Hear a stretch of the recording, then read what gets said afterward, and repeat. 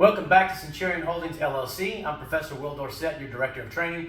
With me today is Hoist Gracie Jiu-Jitsu Brown Belt Carrington and Hoist Gracie Jiu-Jitsu Blue Belt Dr. Will Peebler. Today we're going to work on escapes from side control. Check it out. Okay, so here we are in our side control. Carrington is on the bottom, Dr. Peebler is on top, and Carrington needs to get out of this position. He's in a really bad spot right now. So the first thing we're going to do is we're going to go back to guard. So you're going to see Carrington sitting where he is now, where this shoulder is flat, is already at -10. It's going to be very hard for him to do anything without getting a little more onto his side. So he's going to take his feet and he's just going to walk out a little bit and turn and shrimp in so that he can face into his opponent. Now, if you see his arms are in the right position. He's got one against the hip, one under the far arm. He's not driving Dr. Peebler away, but he's holding frames. That's super, super important because that way he's doing less work. Now he's created space between the two of them. He's going to fill that with his bottom leg, right across the waist. As he fills that with the bottom leg, you're going to notice the far leg is going to either hook or step on that same side calf. If he can hook it, he'll hook it. Sometimes guys are really flexible. They're sitting all the way down. You can't access them to get the hook. Just set your foot on top of the calf. That's great for now because then if he starts to move, that hook will slide right in because he's going to have to make some space to move. Now he's going to extend his head out. Push off this leg and get his head forward. At this time, he's looking to make that space, get linear again, and you notice that he's controlling Doctor's arms. He doesn't let Dr. Peebler have those free arms. That's good. Now this side foot that was inside can touch the floor, and you'll notice that his knee is straight to the ceiling. Once we get to this point, that's important. If he gets lazy and lets this flop out, it's going to get easily passed. So we keep that tight. Now he's going to shrimp toward me just a little bit, and he's able to pull that leg straight up and out. And he takes his guard back and gets back to full guard. All right, so now we're doing the same view, same technique from the other side. And again, you're going to see the arm is in the hip, arm is under his arm, and he's setting frames. Not pushing, he's setting a frame. He's going to step out and shrimp to face his partner. Now that he's created that space, that bottom knee is going to come across the waist. He's going to set or hook if he can, push his head away, making sure we control the arms. Foot touches the floor, knee going straight up. Shrimp out a little bit, pull that leg straight out, and go back into his guard while trying to control to keep from getting hit. This time you're going to see how Carrington is again setting his frames, one in the hip, one under the forearm. He's going to take his step out, shrimp in to face his partner. Bottom leg comes across. The outside leg is going to hook or step on. He's going to use that leg, drive his head away, getting the arms, foot on the floor, knee straight up, shrimp out, and back to his guard. All right, so our second defense we're going to do is simply going to the knees. We're going to start out in the exact same way. Carrington's going to have that one arm in the hip, one arm underneath his forearm, and he's going to make that same attempt to create space as we did in the first one. Only this time, Dr. Peebler's hit to it, and he filled that space with his knee and slid that leg forward. That's going to make it very hard, not quite impossible, but getting close to it, to get your leg inside the hip. So this time, Carrington's going to take that bottom foot, and instead of going in, he's going to thread the needle under his own leg and shift his hips.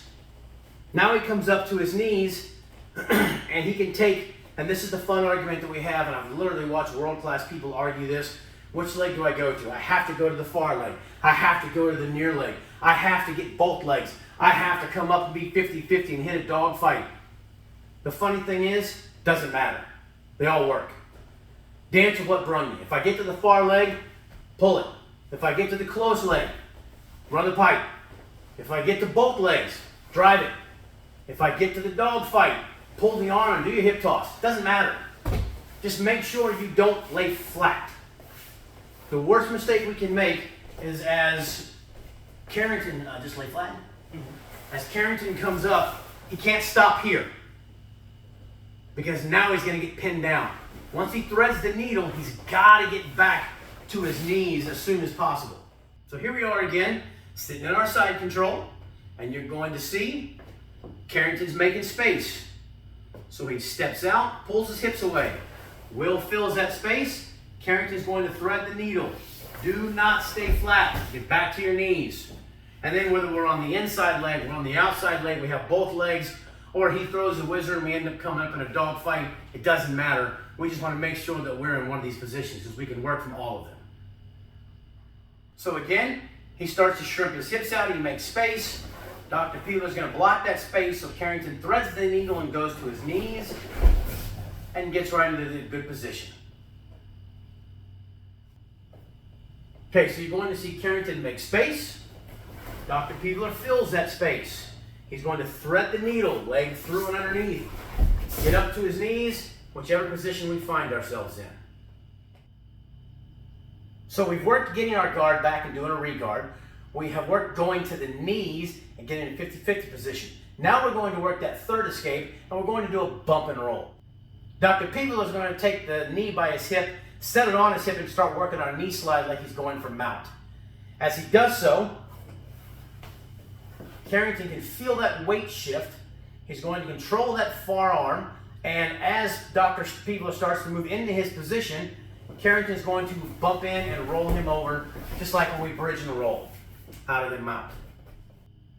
So here we are at a slightly different angle. You're going to see Dr. Peeler move his leg into position, trying to slide into mount. We're keeping control of this arm that Carrington's got a hold of. And as he slides over and he feels that weight move, he's going to bump and roll and hit. And one more time, Dr. Peeler's going to start moving his leg into position, trying to sneaky knee. Carrington's controlling the arm. And as that weight breaks, you're going to see him bump and roll him over. A second way we can do our bump and roll happens when our top guy tries to block us out from being able to shrimp back and get our leg in. As he does this, Carrington now feels that pressure. He knows he's going to have a harder time doing what we just did. So this time he's going to bridge into Dr. Peeler, and because he's looking for a specific response. What he's hoping for is that Doc is going to drive back into him. As he does so, this bottom leg arm that's in his hip is going to make an L and push right into his underarm. And now as Doc pushes, he rolls him over using that momentum and pressure. You're going to see Dr. Peeler is going to try to block this hip out. Carrington is going to start bridging into him, and he's already setting this hand. You see, he's just going to make an L with that and put that L right in the underarm. And now as he drives in, Dr. Peeler tries to drive back, threads the needle, and just pushes over. And from our third angle, here we are again. We're going to do a bump and roll using the thread the needle technique. So Doc is going to block his hip.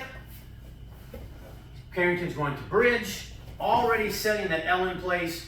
When he gets that big push, now he's going to thread the needle and drive back through and do a bump and roll. So the lesson today was on working out of bottom side control. We went back to our guard and did the regard. We went to our knees and did that escape, and then we did the bump and roll with two different variations of that. I hope you enjoyed it. Check us out across all the social media platforms. You can see that on the end credit thing, or you can even look at the QR code sitting right over here.